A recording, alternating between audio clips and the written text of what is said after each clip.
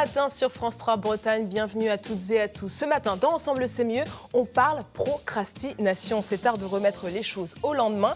On est tous un peu procrastinateurs, j'ai procrastiné en écrivant cette émission et vous, chez vous, c'est une mauvaise habitude ou un art de vivre. On en parle dans quelques instants avec mes invités. Mais d'abord, on part retrouver Evan, Evan qui n'a pas pu procrastiner bien évidemment. Salut Evan. Moi, procrastiner, jamais Anne Fanté. Salut et bonjour à vous à la maison. Alors ce matin, j'ai eu envie de vous faire découvrir une belle initiative rennaise. Ici vient de s'ouvrir un magasin dédié au vrac sur 300 mètres carrés. On va passer la matinée ici, vous allez apprendre plein de choses, vous allez voir. Et le maître des lieux un petit peu ici, c'est David. Salut bonjour. David. Alors tu avais déjà une épicerie vrac dans la rue Saint-Hélier, dans le centre-ville de Rennes. Et puis tu as voulu remettre le couvert avec un lieu un peu différent. Explique-nous le concept. Le concept, tout simplement, c'était de pouvoir refaire en fin de compte comme un peu la rue Saint-Hélier. C'est d'avoir en fin de compte mais plutôt sous forme de halle en fait, avoir des commerçants en fin de compte locaux, aussi bien axés vraiment sur le vrac et d'avoir le 100% vrac en fait pour tout le monde. Voilà. Et alors, ce qui est plutôt pas mal ici, c'est qu'il y a différents stands. On trouve aussi bien l'épicerie que la crèmerie, la boucherie, et vous êtes différents partenaires dans le même projet. C'est ça, différents partenaires. On a aussi bien une fromagerie, la fromagerie Chez Fanche, en fin de compte, qui est déjà passée, qui est rue du Bâti, en fin de compte, à Rennes. On a aussi bien donc la boucherie Le Coin du Goût, qui est déjà un magasin de producteurs à Plomnoc. Et puis les fruits et légumes aussi, avec le Leroy Maraîcher, qui tient déjà un magasin de producteurs et qui a les légumes de la ferme. Et donc on s'est lancé aussi sur cette partie-là, ainsi que l'épicerie en vrac. Et alors ici, quand on arrive, on nous donne une carte. Est-ce que c'est la carte de fidélité? Non, pas de carte de fidélité en fait, pour que ce soit plus simple. Et puis vu qu'on est tous partenaires, en fait, on a décidé plutôt de mettre ça en fin de compte, de dématérialiser surtout les petits tickets qu'on pouvait avoir en fait dans chaque commerce, et que surtout que chaque commerçant ne touche pas forcément l'argent. Donc en fin de compte, dès qu'on passe dans un commerce, on met ça directement sur la carte, tout se met dessus. Et on peut passer de commerce en commerce avec la même carte. Et on passe qu'une seule fois à la caisse. On passe qu'une seule fois à la caisse. Voilà, on a juste ces fruits et légumes, eux, qui seront pesés en caisse et c'est tout. Voilà. Alors, je vois que tu as un contenant à la main. Oui. Est-ce que quand on vient dans un magasin vrac, il faut forcément avoir ces contenants? Non, on n'est pas obligé. On n'est pas obligé, il y a toujours des alternatives en magasin. Celui-ci, c'est un bocal de récupération, par exemple, qui a été ramené. Nous, on les lave. On les passe en machine pro, en fait, on les tare. Il y en a qui sont déjà à disposition. Il y a aussi les sachets Kraft. On n'est pas des sauvages. On peut directement venir aussi prendre directement ces produits dans les sachets Kraft, aussi bien sur les fruits et légumes, sur l'épicerie. Et puis, on a toujours des bocaux aussi de récupération ou même à l'achat où on peut venir directement prendre un bocal en disant tiens, je vais faire mes achats avec ces bocaux. Et alors, le vrac, on n'y pense pas forcément. Et pour la crèmerie, c'est top. Donc, je vous propose maintenant de rencontrer Tanguy. Salut Tanguy. Bonjour. Tu travailles à la fromagerie Chez Fanche, mais tu ne t'appelles pas Fanche, il n'est pas là. Est-ce que tu peux nous présenter un peu les produits que tu vends ici? Oui, alors, ici en avant, on a tout un rayon crèmerie, chose qu'on n'avait pas dans notre boutique de Centre-Ville. Une bonne gamme de produits bretons, on travaille avec plein de producteurs du coin, d'Ille-et-Vilaine, Côte d'Armor, Morbihan, Loire-Atlantique, les produits de saison. Et puis derrière, on a tous les classiques par AOP, les comtés, les bleus. C'est quoi le les contenant chèvres. idéal quand on vient acheter par exemple une crème dessert à la vanille en vrac? Il ne faut Alors, pas que ça fuit quoi. oui, voilà. L'idéal, c'est d'avoir des pots comme ça, pas trop petits, pour que ça puisse rentrer assez facilement, hermétique pour que les gens puissent les conserver dans leur frigo le plus longtemps possible. Petit ou grand, en fonction des quantités que les gens veulent. Nous, on fait tout au poids, donc il n'y a pas de problème. Un grand comme ça on le voit bien. Ouais, voilà. Et ben écoute, et ça se conserve aussi bien? Ça se conserve tout aussi bien. Bon bah écoute, tu vas me mettre 1 kg de crème dessert au chocolat parce que j'adore ça. Et puis nous on se retrouve dans une poignée de minutes pour que vous puissiez découvrir plein d'astuces. On a plus d'une dizaine d'astuces à partager avec vous pour faire des économies, manger mieux et aussi faire un geste pour la planète. On vous dit tout ça tout à l'heure, soyez sages. Vaste programme, merci beaucoup Evan, à tout à l'heure. Alors on aurait pu repousser cette émission à plus tard, vous auriez pu procrastiner ailleurs que devant votre télé, mais rien de ça, nous sommes là ensemble et on va parler procrastination. De quoi s'agit-il? Élément de réponse en chiffres et en images. T'as payé la facture? Ah, je verrai ça plus tard. Du latin pro qui signifie en avant et crastinus, demain. La procrastination, c'est l'art de remettre au lendemain ce que l'on pourrait faire aujourd'hui. Un comportement très répandu. 85% des Français procrastinent. Chez les 18-24 ans, la proportion atteint même 92%. De l'aveu général, procrastiner, c'est négatif. 54% des procrastinateurs estiment que cela leur fait perdre du temps et du coup, cela provoque chez eux le sentiment d'être débordés, 54%. Souvent lié à une mauvaise gestion du temps, ce comportement peut aussi parfois cacher des troubles émotionnels plus profonds, peur de l'échec, stress ou anxiété. Reste que, pour tout un chacun, procrastination égale paresse et manque de volonté. Et si c'était tout le contraire?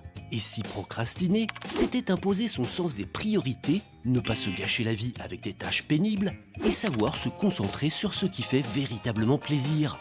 En plus, en repoussant à plus tard, on prend du recul. Tout compte fait, l'important c'est de ne pas abuser et de garder le contrôle de la situation. Enfin bon, on verra ça demain. En tout cas, pas possible pour nous de procrastiner ce matin. Ce ne serait pas sympa pour vous. Alors, avec nous sur ce plateau, Didier Pinduf. Vous êtes président de l'association des procrastinateurs de Carentré dans le Morbihan. Et Christine Petit, vous êtes coach en développement personnel. Et Lorelai Richard, on viendra à la fin de l'émission sur votre nouvelle Un monde idéal, lauréat du prix Clara 2020. Merci à tous d'avoir accepté notre invitation. Première question, est-ce que vous aviez imaginé un jour être invité pour parler de procrastination ? Pas du tout. Oui, c'est assez surprenant. Mais c'est une bonne surprise et comme on en parle justement de plus en plus, c'est très bien de faire une émission sur le sujet. Une invitation sur la procrastination, Didier, inimaginable jusque-là? Non, pas du tout. Non. Alors justement, vous êtes le président de l'association des procrastinateurs à Carentré dans le Morbihan. Quel procrastinateur êtes-vous, Didier? Alors moi, je suis plutôt du genre, ma définition de la procrastination, c'est plus faire plein de choses pour éviter de faire ce qu'on n'a pas envie, quoi. D'accord. L'important, c'est l'excuse. Ok. Et comment ça marche au quotidien, par exemple? Enfin, quand je dis plein de choses, en même temps, c'est pas plein de choses, hein. Donc, on essaye de faire vivre un peu le quartier de Carentré, et puis on peut se déplacer de Carentré éventuellement à Lorient, du coup. On fait des animations qui sont plutôt ludiques, quoi. On est plutôt dans le jeu. Oui. Que dans le sérieux, quoi. Alors on va y revenir tout à l'heure. Lorelai, est-ce que vous faites partie des 85% de Français qui procrastinent? Oui, j'avoue. À quel moment vous procrastinez? Il y a des moments propices dans la journée ou... Pas particulièrement quand j'ai des choses importantes à faire, souvent c'est ça le problème. Ouais. Et qu'est-ce que vous vous dites dans ces moments-là? Il y a un sentiment de culpabilité? Un petit peu, mais en même temps... En général, on ne peut pas avouer qu'il y a un sentiment de culpabilité et on se dit que c'est la bonne idée de procrastiner. Et souvent, on regrette après, parfois. Oui, c'est ça, c'est après qu'on regrette. Alors, Christine Petit, on parle de plus en plus de la procrastination dans notre société. C'est quelque chose qui est de plus en plus admis? Alors, admis, non, parce qu'il y a toujours, justement, le reportage en parlait, cette idée reçue que c'est souvent associé à de la paresse, Ouais. une mauvaise habitude, donc il y a le terme mauvais déjà, la paresse, la fainéantise, et on a souvent le terme aussi de maladie, où on parle de symptômes de la procrastination, comment l'éradiquer, donc c'est vraiment finalement les termes qui sont assez négatifs, mais on en parle de plus en plus. Alors justement, je vous propose maintenant d'écouter ce témoignage de Samuel qui rejoint à peu près ce que vous venez de dire. Moi, dans ma vie, j'adore profiter de l'instant présent. Du coup, j'ai tendance à laisser de côté les tâches administratives, reporter tout ce que j'ai à faire à plus tard, surtout quand je n'aime pas. Je remets tout au lendemain. Je suis bien conscient que je me laisse dépasser par les événements et qu'ensuite, je le retrouve débordé par tout ce que j'ai à faire. Mais quel plaisir de profiter de la vie et de ce que j'ai à faire à chaque instant, même si pour cela, je dois supporter les critiques et entendre dire que je suis un flemmard. Je n'ai absolument pas envie de changer, même si cela déplaît à ma famille. Alors Didier, est-ce que vous vous reconnaissez dans le témoignage de Samuel? Moi, on a plutôt envie de prendre des choses en main, quoi, Ouais. plutôt, c'est nous qui dictons ce qu'on a envie de faire plutôt que d'être obligé de faire ce qu'on nous demande de faire, quoi. Alors justement, le jour où vous avez lancé cette association, comment ça a été perçu autour de vous? C'est le mot qui me plaisait au début, je ne savais pas trop ce que ça voulait dire. Ouais. Donc j'ai mis un mois à le retenir pratiquement. Donc je l'avais écrit sur un papier. Donc de temps en temps, j'essayais de le dire pour un peu voir la réaction des gens. Oui. Mais plus ça va, plus les gens savent ce que ça veut dire quand même. Ouais. Et donc la réaction est assez... Les gens Il y a rigolent, toujours une j'imagine. réaction, quoi. Du coup, soit les gens sont d'accord, ou je viendrai demain, ou la fameuse blague, D'accord. ça là on l'entend. Quand on a besoin de faire quelque chose, vous êtes sûr du jour, vous êtes sûr que vous allez le faire. Voilà. Et comment on fédère autour de cette idée de la procrastination? C'est quelque chose tout le monde Tout le monde en est touché, oui, quoi. Donc du c'est coup, ça. c'est assez facile de fédérer autour de la procrastination, même si nous, de l'association, c'est pas sur la procrastination, c'est le nom. Ouais. Et c'est un point commun, c'est garder une âme d'enfant quelque part. Mm. Disons, quand on est enfant, on a moins on est moins obligé, on peut se permettre un peu plus de procrastiner que nous, on a quand même des petits démons là, qui nous disent faut pas trop quoi. Et comme le disait à l'instant Samuel, finalement, c'est aussi un peu mal vu par la société de se dire aussi procrastinateur. Je ne sais plus votre prénom. Christine. Christine, je vais dire Christiane Petit. Oui, et complètement. C'est vrai que la procrastination, donc il y a non seulement les idées reçues, mais on est aussi dans une société où tout va très très vite. Ouais. On s'adapte très rapidement aux changements. Là, on voit même qu'il y a des choses qui ont été mises en place avec le click and collect. Donc ça veut dire qu'on veut quelque chose, on l'a tout de suite. C'est un peu la société de l'instantané. Ouais. Donc le fait de remettre à plus tard, il y a quelque chose qui ne va pas. Bon, il y a une espèce de pression qui fait que on a envie nous aussi d'aller vite et qu'on vit mal parfois quand on n'arrive pas à gérer les priorités. Et justement, Christine Petit, c'est important d'identifier pourquoi on procrastine. Ça fait partie de la réflexion. Tout à fait. En fait, la procrastination, donc, elle n'est pas à soigner, mais elle est à comprendre et à apprivoiser. Ce qui est bien, c'est de savoir d'identifier les causes pour pouvoir ensuite trouver des solutions adaptées. Si on n'a pas trouvé les causes, on ne peut pas mettre en place des choses et des actions et ni trouver des solutions. Vous savez profondément pourquoi vous procrastinez, Didier ? Non. Non. Vous n'êtes jamais interrogé sur la question ? C'est la nature humaine. Après, je pense que il n'y a pas vraiment de. C'est pas une maladie, donc. Oui. Non, j'ai pas de souci avec la procrastination. Alors, Christine Petit, vous suivez des patients qui se disent procrastinateurs. Qu'est-ce qui revient dans ce qu'ils vous disent dans les consultations ? Alors, ce qui revient, c'est souvent on n'arrive pas à gérer le ménage. Il y a beaucoup la charge mentale aussi. Ouais. Beaucoup de femmes que j'accompagne, la charge mentale, de trouver un équilibre. Je crois que le terme, c'est vraiment l'équilibre entre la vie perso, la vie professionnelle, les enfants, tout ça. Donc, il y a beaucoup de personnes qui précrastinent aussi, c'est-à-dire qu'elles font tout à l'avance dès que ça arrive, avec une obligation de tout faire tout de suite, alors qu'on pourrait attendre un petit peu. Ouais. Et le tout, c'est de trouver l'équilibre. Mais ce qui revient souvent, c'est effectivement la peur de l'inconnu, de l'échec, la peur du changement. On remet beaucoup de choses à plus tard. Et ce qui cache souvent un gros manque de confiance en soi. Et puis ça pose aussi la question du rapport au temps, à l'avenir. Qu'est-ce que ça cache tout ça ? On a chacun notre propre rapport au temps, effectivement. On peut être angoissé de ne pas savoir de quoi sera fait demain. Est-ce qu'on fait les choses tout de suite pour être sûr qu'elles soient faites ? Est-ce qu'on peut avoir aussi la peur de mourir ? On ne va pas cacher les mots. Ouais. Donc il y a vraiment chacun son propre rapport au temps. Et c'est bien de se poser la question parce qu'effectivement, il n'y a pas que des questions d'organisation. Ouais. Il y a le rapport au temps, il y a l'état émotionnel, la météo extérieure, mais votre météo intérieure aussi, qui fait que vous allez pouvoir peut-être procrastiner. Et vous vous dites, quand vous repoussez à plus tard, c'est une forme de résistance, un pied de nez au temps qui passe, ou c'est aussi un pied de nez à cette société de l'immédiat ? Non, je repousse à plus tard les choses que j'ai pas envie de faire. Ouais. C'est plus...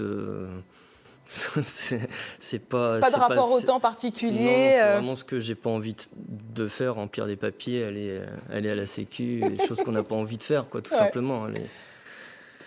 Du coup, je trouve des excuses pour pas le faire, mais c'est pas le fait de remettre. Je remets pas tout au lendemain. Je remets au lendemain que ce que j'ai pas envie de remettre au lendemain. D'accord. Est-ce que le confinement et la crise sanitaire que nous traversons ont renouvelé ou renforcé ces convictions-là de la procrastination ? Il y a eu un basculement ou... Non, au contraire, on n'a pas de bonne raison de procrastiner vu qu'on procrastine tout le temps. Enfin, je parle là, moi actuellement, mais du coup, comme on a beaucoup de temps, on apprivoise. On n'a pas d'obligation de procrastiner puisqu'on a l'impression ça fait 6 mois qu'on procrastine. Donc, D'accord. C'est un sentiment que vous partagez, Christine ? À mon sens, le confinement, ça a été une invitation réelle à ralentir. Il y a eu beaucoup de prise de conscience. Ouais. Il y a vraiment des personnes qui ont choisi de faire des choses qui n'avaient pas le temps d'habitude ou d'ordinaire et donc se sont lancées dans des travaux à la maison, dans des projets, même des formations, des reconversions professionnelles parce qu'ils ont eu besoin finalement de s'écouter, de ressentir qu'est-ce qui se passait et de se reconnecter un peu plus à eux, à l'essentiel. C'est un peu, se reconnecter à l'essentiel, c'est un peu aussi un sujet d'actualité. Alors là, le confinement, ça a été procrastination ou active jusqu'au bout ? Moi, j'ai beaucoup travaillé pendant le confinement. J'ai profité pour faire un max de choses, mais comme toujours, il y avait des jours où c'était plus la procrastination que le travail. Justement, pour écrire une nouvelle comme celle que vous avez écrite, procrastination ou pas du tout Alors pour celle-là, il y a eu beaucoup de procrastination parce qu'entre le moment où j'ai fini de préparer l'univers de la nouvelle et le moment où j'ai commencé à écrire, il s'est bien passé 6 mois. Donc, et pourquoi l'excuse, c'était qu'il y avait les cours et donc que j'avais pas le temps. Et puis la vérité, je sais pas, c'est que oui, c'était pas le moment. Et puis en même temps, sur des sujets et des temps long comme celui-ci que d'écrire un bouquin ou d'écrire un film. C'est aussi important finalement la procrastination, ça permet aussi à l'histoire de mûrir en tête. Oui, exactement, ça permet de trouver des nouvelles idées qu'on n'aurait pas eues si on avait tout fait du premier coup. Ouais.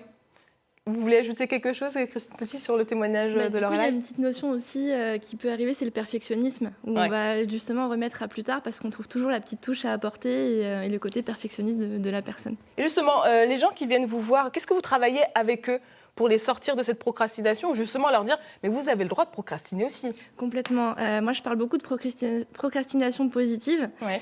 Donc, c'est vraiment le fait de se reconnecter à ses besoins, à ses ressentis, de se reconnecter à soi. Pour moi, c'est vraiment un indicateur et un message qu'il faut écouter, comme on accueille ses émotions. Et du coup, on travaille beaucoup la confiance en soi, l'estime de soi, le lâcher-prise aussi parfois, parce que quand on peut être très bien dans l'excès, comme dans le pas du tout. Et aussi, on a tout ce qui a rapport aux habitudes qui nous ont été transmises aussi dans le transgénérationnel par nos parents, nos grands-parents. Il y a beaucoup de choses à travailler et on a aussi tout ce qui est nos pensées, puisque nos pensées déterminent nos comportements et enfin nos actions. Il faut savoir que 95% de nos pensées sont les mêmes qu'hier.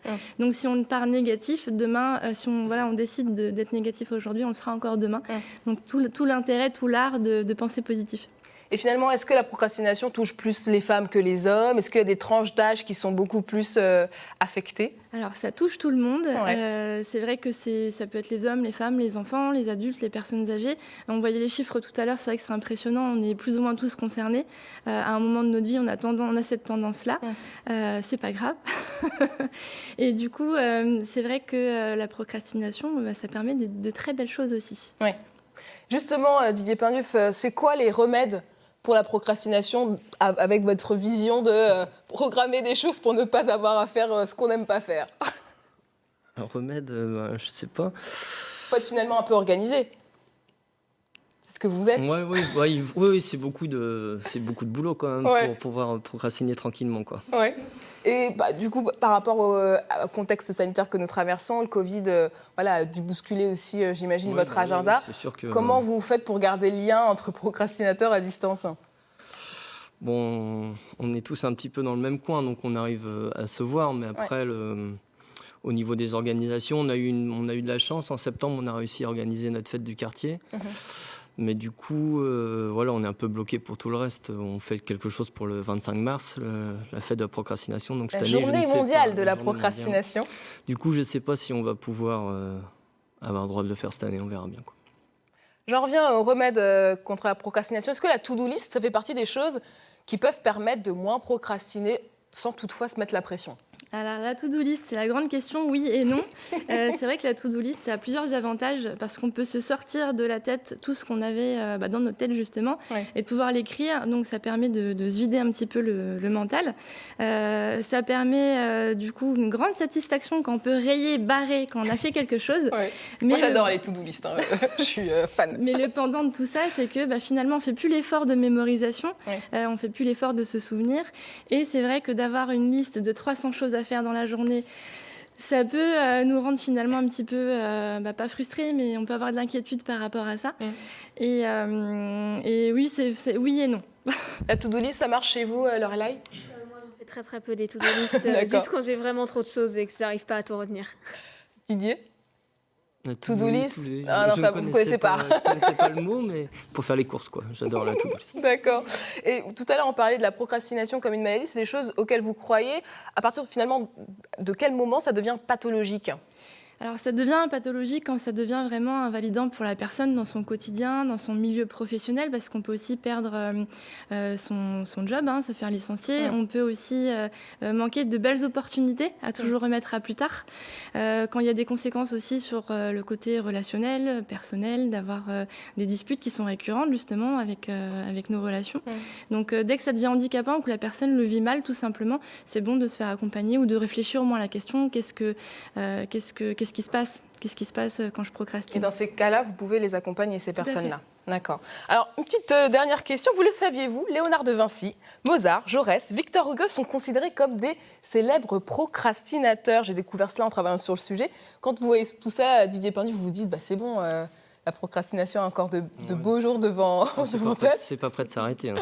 La liste doit être plus longue que ça, je pense. Mais...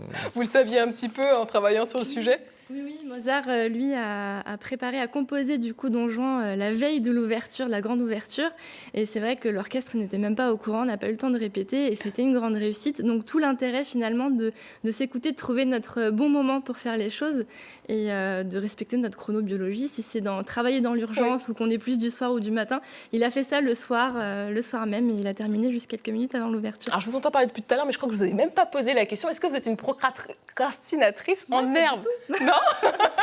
En Si, tant que coach. bien évidemment, et procrastination positive avérée, puisque ça fait du bien, tout simplement, de se connaître et de ralentir. C'est vrai que ça fait du bien de procrastiner. Et comme vous le disiez, Didier, tout à l'heure, une journée mondiale internationale de la procrastination existe. Voilà, vous savez tout. Merci à tous les trois d'avoir participé à notre dossier du jour. Restez avec nous. On part retrouver Evan qui fait son marché ce matin. Oui, j'adore cette émission, je peux faire mes courses tout en travaillant, c'est génial. Et en plus, on découvre de belles initiatives. Alors David, cet espace dédié au vrac à Rennes, 300 mètres carrés, on le disait, ça permet d'avoir un peu tout sous la main, notamment des légumes. Est-ce que ce sont des légumes locaux? Ah bah oui, là Oui. on est même ultra local, c'est-à-dire qu'on va avoir vraiment des légumes qui sont faits à l'heureux en fait, donc directement de la ferme, de l'exploitation. L'heureux, c'est à 10 km d'ici? Ouais, même pas. On est en voiture, on y est en 2 minutes 30 ou 5 minutes.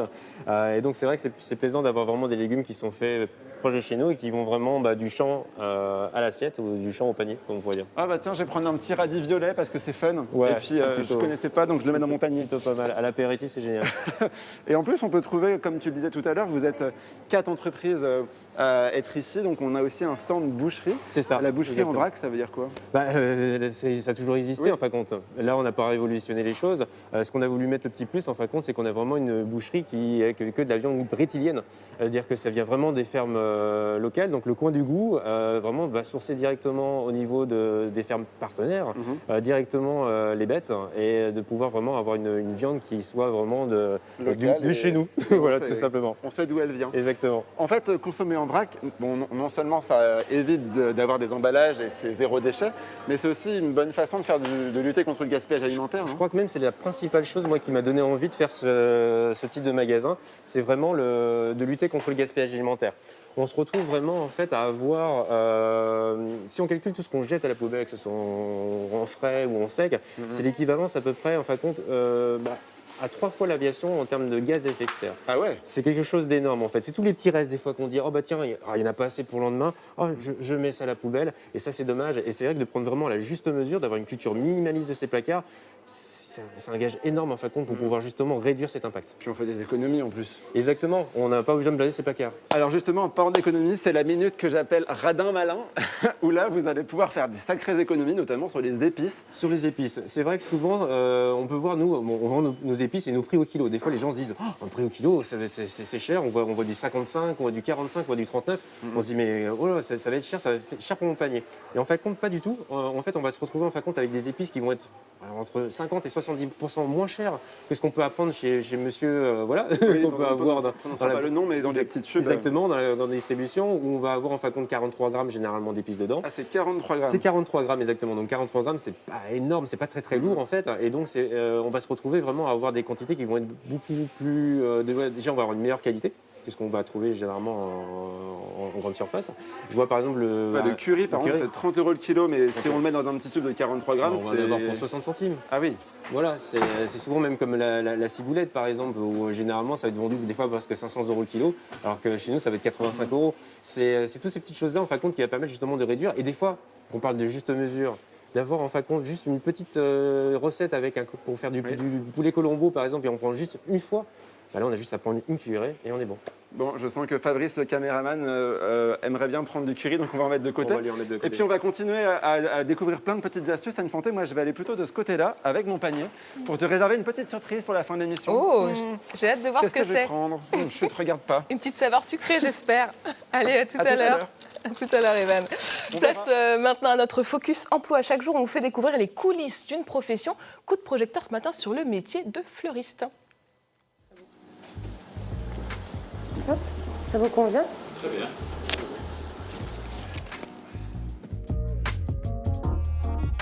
Je m'appelle Cécile Huchet, j'ai 25 ans, je suis apprentie fleuriste depuis 3 ans. J'ai passé mon bac à 18 ans et après j'ai fait des études de théâtre et de musique.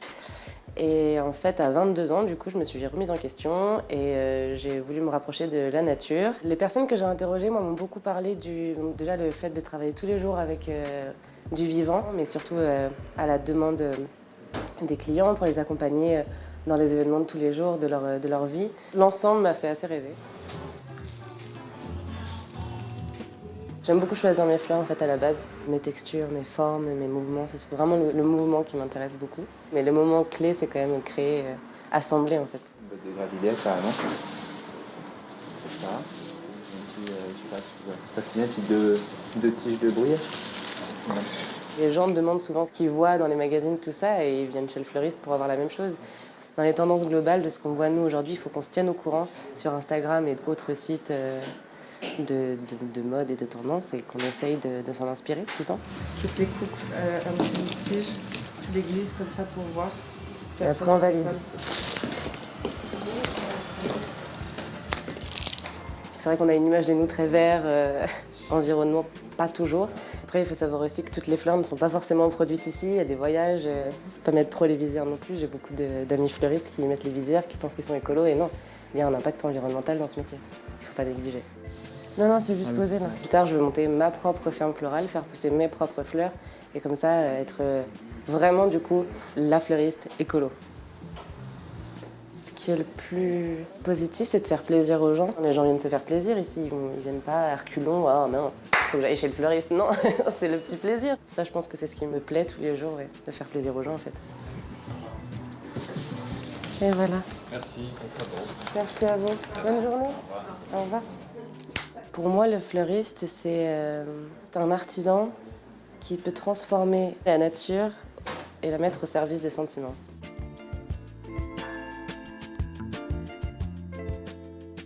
C'était le portrait de Cécile, apprentie fleuriste. Pour en savoir plus sur le métier et ses débouchés, Laetitia Duré nous a rejoint en visio. Bonjour Laetitia.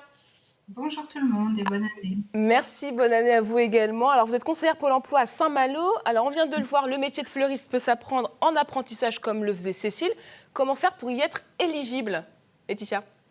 Alors le métier de fleuriste est en priorité, s'apprend en priorité grâce à l'apprentissage en alternance afin de préparer le certificat d'aptitude professionnelle, le CAP, qui se prépare en 2 ans et qui est destiné aux 16-29 ans. En priorité. Alors, comme on l'a vu, il ne s'agit pas uniquement de proposer que des bouquets. Les missions du fleuriste sont variées aussi. Voilà, en fait, le métier de fleuriste, c'est vraiment un métier de passion. Et c'est aussi un métier difficile où il faut faire preuve de beaucoup de polyvalence, être très créatif, avoir plusieurs cordes à son arc. Évidemment, il y a les qualités artistiques, il faut avoir beaucoup de talent pour pouvoir harmoniser les couleurs, les formes, les volumes, les textures, pour faire des mises en scène dans les boutiques et les vitrines. Il faut donc ces qualités artistiques, il faut des qualités humaines primordiales, puisqu'il faut être à l'écoute, disponible. Vous êtes au cœur des événements, qu'ils soient heureux ou malheureux. Vous avez vraiment un contact privilégié avec la clientèle, et puis vous faites aussi partie de la vie de quartier. Vous travaillez souvent en équipe. Il faut avoir des qualités commerciales, puisque l'objectif, effectivement, c'est de vendre. Et c'est un produit périssable, soumis à la saisonnalité, donc la gestion des stocks. Beaucoup de rigueur pour la gestion des stocks. Et il faut une bonne condition physique. On travaille debout, dans le froid, l'humidité, des horaires élargis, de la manutention. On travaille les week-ends, les jours fériés. Mais malgré tout, c'est un métier pour les passionnés parce que le fleuriste met son art au service de l'autre et il est là pour faire plaisir, comme le disait Cécile. Alors, on parlait tout à l'heure de l'apprentissage. Quelles sont les autres formations qui existent pour exercer le métier ? Donc, en formation initiale, on peut faire le CAP. On peut aussi, si on a le bac ou déjà un CAP, on peut faire un brevet professionnel. Si on est en reconversion,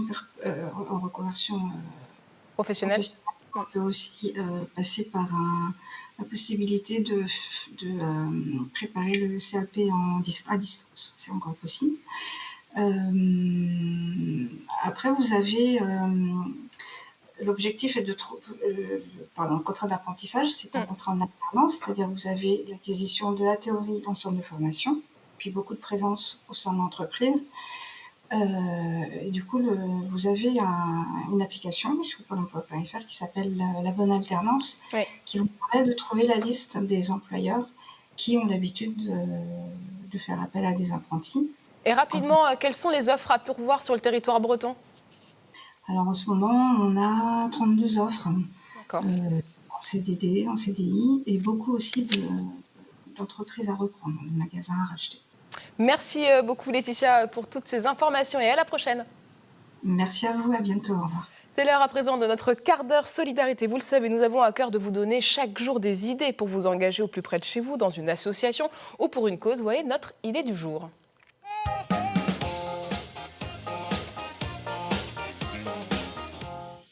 Même en temps normal, elle n'est pas ouverte, la bibliothèque du village. S'il y avait plus de bénévoles pour s'en occuper aussi. Vous aimez la compagnie des livres, alors pourquoi ne pas participer à la vie d'une bibliothèque qui a besoin de bénévoles? Elles ont rouvert leurs portes, n'hésitez pas. Votre rôle consistera bien sûr à prêter des livres ou des jeux, des DVD, mais aussi au préalable à les choisir, les acheter, les connaître, les préparer pour les mettre à disposition des emprunteurs. Être bénévole dans une bibliothèque, c'est aussi conseiller les futurs lecteurs et faire des animations destinées à promouvoir la lecture.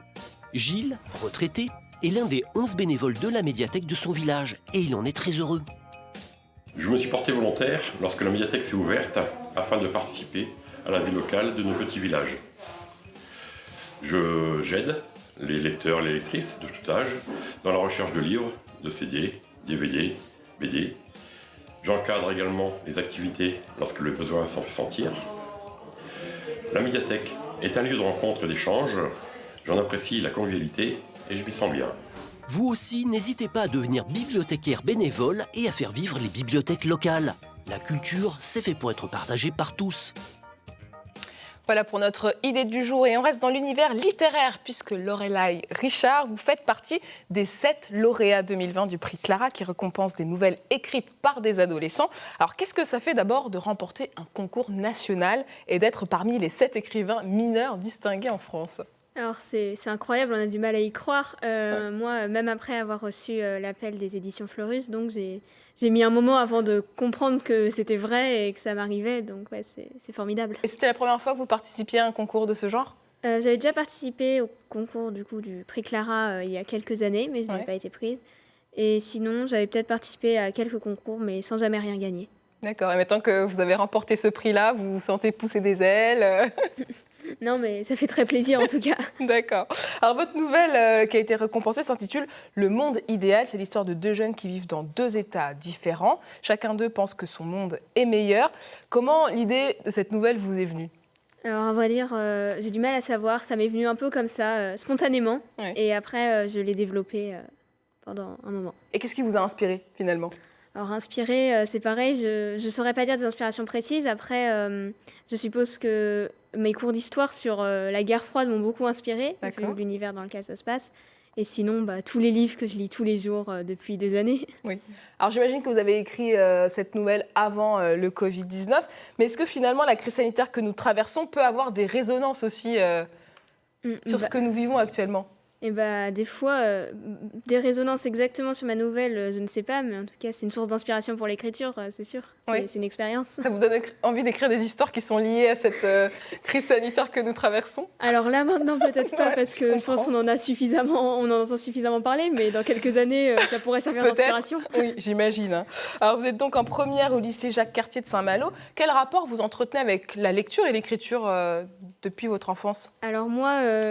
très très jeune, avant même de savoir lire, je voulais écrire des livres, donc c'est vraiment une passion de longue date. D'accord. Et sinon, dès que j'ai su lire, j'ai su lire très tôt, et dès que j'ai su lire, j'ai lu des dizaines et des dizaines de livres. Ouais. Et même aujourd'hui, j'en lis encore énormément. Ouais. Et puis au niveau de l'écriture, j'ai commencé à vraiment écrire au collège, et c'est quelque chose que maintenant j'essaie d'écrire un peu toutes les semaines au moins. C'est un exutoire la lecture pour vous ? C'est un moyen de s'évader Oui, c'est ça, un moyen de penser à autre chose et puis de découvrir des mondes, des univers auxquels on n'aurait pas pensé. Et vous en parlez avec vos amis de cette passion, l'écriture ou de la lecture ? Pas tous, mais pour la lecture, oui, je partage souvent des conseils de lecture ou on m'en donne des conseils avec mes amis, oui. Et qu'est-ce que vous lisez en ce moment ? En ce moment, je lis une série, le premier tome d'une série qui s'appelle Les Bannis, les proscrits. D'accord. Par contre, j'aurais oublié le nom de l'auteur. Et du coup, c'est quoi les styles? Vous êtes plutôt c'est, ouvert à beaucoup de choses ou... Moi, au niveau des styles, je lis de tout, globalement. Je lis du contemporain, du fantastique, de la fantasy, vraiment de plein de choses. Et je suis ouverte à tout. Je lis tellement que c'est bien d'avoir des choses variées. Et sinon, ce qui m'intéresse, ça va plutôt être le contenu du livre et certains critères, la diversité des personnages ou l'originalité de l'histoire qui vont m'intéresser. Et autour de cette table, est-ce qu'il y a d'autres lecteurs? Oui. Oui. Qu'est-ce que vous lisez, vous? Beaucoup de livres de développement personnel. Ouais. Du coup. Moi aussi, j'aime bien ça. Psychologie, tout ça, tout ce qui a trait à la santé. Et le roman, pas trop? Beaucoup moins. Ouais. D'accord. Et Didier, procrastinateur en chef? J'ai pas le temps. Comment ça? Mais c'est pas possible! Si, il y a des petites bulles et qu'il y a des dessins, ça va, quoi. Bon, vous allez lui transmettre quelques conseils pour pouvoir lire un peu, parce que c'est important de lire quand même. Ouais. J'ai des BD. Ah, c'est quand même une lecture. Ouais. Ce prix, Lorelai, est-ce qu'il vous donne confiance pour vous lancer aussi dans d'autres aventures littéraires? Alors, oui, forcément. Enfin, ça fait toujours plaisir de voir que l'écriture est reconnue et ça m'a permis notamment d'en parler un petit peu plus autour de moi, de ce que j'écrivais. C'est vrai que je le faisais pas forcément ou à une ou deux amis proches. Ouais. Mais oui, ça motive à parler plus de l'écriture et à peut-être diffuser plus de textes ou participer à plus de concours. Une carrière d'autrice n'est pas à exclure? Pourquoi pas. Après, pour moi, la lecture, l'écriture, ça doit rester un plaisir et un art et quelque chose qu'on fait par envie. Et je préfère écrire par plaisir, mais jamais me professionnaliser dans le domaine que me sentir obligée à écrire pour mon métier. Et qu'est-ce que vos parents pensent de tout ça? Parce qu'on ne les voit pas, mais ils sont derrière le petit fan club, là. Et en général, ils me soutiennent, oui. Ils lisent. En général, je leur fais pas lire, c'est ma faute. Mais ils me soutiennent, en tout cas, tant que ça me rend heureuse, ils disent ça leur va. Et j'imagine que vous êtes Pierre. On me fait des signes pour me dire oui. Alors tout à l'heure, on parlait aussi d'être bénévole dans une bibliothèque. C'est un type de bénévolat qui pourrait vous plaire dans votre temps libre? Oui, totalement. Moi, la bibliothèque, c'est ma meilleure amie, parce que vu le nombre de livres que je lis, j'en ai bien besoin. Ouais. Et donc, moi, je pense à Saint-Malo, ils n'en ont pas dans le besoin. Mais s'il y avait besoin de bénévoles bibliothécaires autour de chez moi, je n'hésiterais pas. D'accord. Et qu'est-ce qu'on peut vous souhaiter pour la suite? Beaucoup de textes, beaucoup d'écriture, beaucoup de bonheur. Ouais. Alors, petite question indiscrète, qu'est-ce que vous voulez faire plus tard? Plus tard, moi, je me dirigerais plutôt dans l'enseignement de littérature ou de philosophie, je ne sais pas trop encore, mais dans l'enseignement de matière littéraire en tout cas. Et ça se passe bien les cours en ce moment, malgré... Ça change, ça change de son habitude, mais pour moi, ça se passe bien en tout cas. Vous êtes en visio ou je ne sais plus là en ce moment? Moi, actuellement, on est encore en présentiel. D'accord. Bon, merci beaucoup d'avoir accepté notre invitation. Allez, je vous propose de jeter un dernier coup d'œil du côté de Saint-Crégor. C'est là que l'on retrouve Evan. Exactement, mes courses sont presque terminées et on a encore plein d'astuces à vous donner. David, comment on fait quand on recycle nos bocaux mais qu'on n'arrive pas à enlever les étiquettes? Est-ce qu'il y a une technique secrète? C'est vrai que ça peut être embêtant. Donc il y a toujours la solution de l'eau chaude, de l'eau bouillante en fait. Ça permet justement de pouvoir décoller les étiquettes. Et autrement, j'ai la petite astuce qui est plutôt pas mal, c'est de faire une petite patouille avec en fait du bicarbonate. Une petite patouille, d'accord. Bicarbonate alimentaire ou ménager avec un petit peu d'huile végétale, tournesol c'est moins cher. Tournesol. Et en fin de compte, on va enlever le plus gros d'étiquettes qu'on va pouvoir enlever et on va mettre en fin de compte cette patouille dessus comme ça et on va laisser sécher toute la nuit. Et après, on va revenir le lendemain matin, puis on va refrotter. Et toute l'étiquette, ça permet d'absorber en fin de compte la colle qui est présente, tout simplement. Bon, alors, il y a plein d'autres choses qu'on peut acheter en vrac. Alors, on va reposer le contenant parce qu'on n'en aura pas forcément besoin. C'est aussi tous les produits d'hygiène, notamment le shampoing solide. Shampoing, ouais, exactement. Qui est vachement bien, apparemment. Oui, c'est super pratique. En fin de compte, déjà, c'est économique. C'est pratique, on peut l'embarquer un peu partout. Et puis, on n'en perd pas, ça ne coule pas à travers les doigts. Donc, le principe, en fin de compte, on va juste faire une petite émission dans ses mains mouillées. Pas s'égaler directement sur les cheveux, que je n'ai pas. Mais c'est sûr que toi, ça doit durer longtemps. Voilà, exactement. Alors ça, oui, ça peut me durer facile une bonne année, voire deux. Voilà. Mais pour le commun des mortels, en fait, ça va être vraiment pour au moins 5-6 mois en fin de compte de shampoing à volonté. Et c'est vrai que ça permet justement d'avoir des choses qui soient avec des produits naturels, biologiques, et qui permettent justement d'avoir quelque chose qui soit pas qui soit en bonne intelligence avec ses cheveux et qu'on puisse avoir en fin de compte un produit qui soit bon. Il y a plein d'autres produits solides aussi qui sont super, comme le dentifrice qu'on trouve là. Exactement. Et aussi le déo qui est là, on Qui est dirait un ici. mini muffin d'ailleurs, faut pas confondre. Hein. Exactement, on a juste à l'humidifier sous un On petit va peu d'eau. montrer à la caméra, voilà. Juste sous un peu d'eau, en fait, on va directement le mettre sous les aisselles. C'est pas d'antitranspirant, mais ça va permettre justement de capter et de détruire les bactéries responsables des mauvaises odeurs. Ça dure 5-6 mois. Et c'est économique. Et en plus de ça, ça prend pas de place. On le met légèrement dans une petite boîte. On peut le mettre dans un petit sac en tissu. Et puis il nous suit avec nous lors de nos voyages, ou aussi bien au niveau de ses sorties Et diverses. puis dans les déos, il y en a des produits chimiques, C'est donc ça. ça c'est bien. Alors Exactement. on va aussi aller dans un autre espace, approcher un peu. L'espace lessive, parce que la lessive en vrac, c'est top. Et en plus, on peut choisir, il y a plein de parfums différents. Exactement, ouais, on a différents produits. Alors, ce qui est bien, c'est de prendre vraiment à la juste mesure. Moi, je prends souvent l'anecdote en fait d'une de mes étudiantes sur le magasin du quartier Saint-Hélier, où Une cliente. Cliente, exactement. Et elle avait fait des petites marques en fin de compte pour son nombre de lessives, parce qu'elle allait à la laverie, quoi. Et elle prenait vraiment la juste dose pour pouvoir, selon son budget, le budget du mois en fait. On a tous un début et une fin de mois, de pouvoir prendre vraiment la juste mesure pour ses laveries en fait. Et c'est ça qui est chouette, quoi, c'est que pouvoir prendre vraiment la juste mesure. On ne compacte pas plein de choses dans ces placards. Ce que je dis souvent, c'est de l'argent qui dort. Ouais, et puis quand on est étudiant, on n'a pas forcément la surface pour stocker 8 paquets de lessive. Exactement, dans 9 mètres carrés, c'est un peu compliqué. Et alors justement, c'est qui la clientèle qui vient ici? On a tout. On a aussi bien les personnes âgées qui vivent seules, par exemple, qui disent moi j'ai envie de prendre vraiment la juste mesure dont j'ai vraiment besoin. On va avoir les étudiants, on va avoir les familles avec 1 ou 2 enfants. Un peu moins peut-être les familles nombreuses, où ils ont plus facilement acheté dans très très grosses quantités. Donc le vrac ne sera peut-être pas forcément le plus utile. Mais on est vraiment hétéroclite en termes de consommateurs. Et une dernière question rapide, comment est-ce que tu trouves tous ces produits-là? On voit tous ces rayonnages. Exactement, on a l'assortiment le plus large de France en fait déjà. Et on essaye de sourcer à plus de 70% en production française. On travaille souvent avec des petites PME de nos régions. Généralement, c'est des PME qui sont entre 3 et 15 personnes. Je vois par exemple nos produits d'entretien, on parlait tout à l'heure, les lessives, ça va être une petite PME qui s'appelle Bulle Verte, qui est une PME de 15 personnes et qui font des produits écologiques depuis plus de 30 ans. Bon c'est bien, c'est comme ça qu'on devient des consommateurs en choisissant vraiment les produits que l'on consomme. Merci beaucoup David. De rien. Merci pour cette belle visite. À bientôt. Et puis Enfanté, la petite surprise que je te réserve depuis tout à l'heure, eh bien ce sont tous les ingrédients, du sucre, de la poudre d'amande, pour que tu puisses me cuisiner une galette des rois maison. Je sais que tu adores cuisiner, et moi, je m'attendais à un galette des rois, cadeau, ça pas tombe une bien. mission. C'est à toi. Je m'attendais à un cadeau, pas une mission quand même. Eh ben voilà, non. Aujourd'hui, c'est pour moi le cadeau, de ta part. Sympa le collègue. Bon, merci beaucoup Evan et à demain. Allez, à demain. Merci à tous nos invités d'avoir été avec nous. Ensemble, c'est mieux, c'est déjà terminé. Merci de votre fidélité. À suivre dans quelques minutes votre journal régional. Je vous souhaite une très belle journée sur France 3 Bretagne.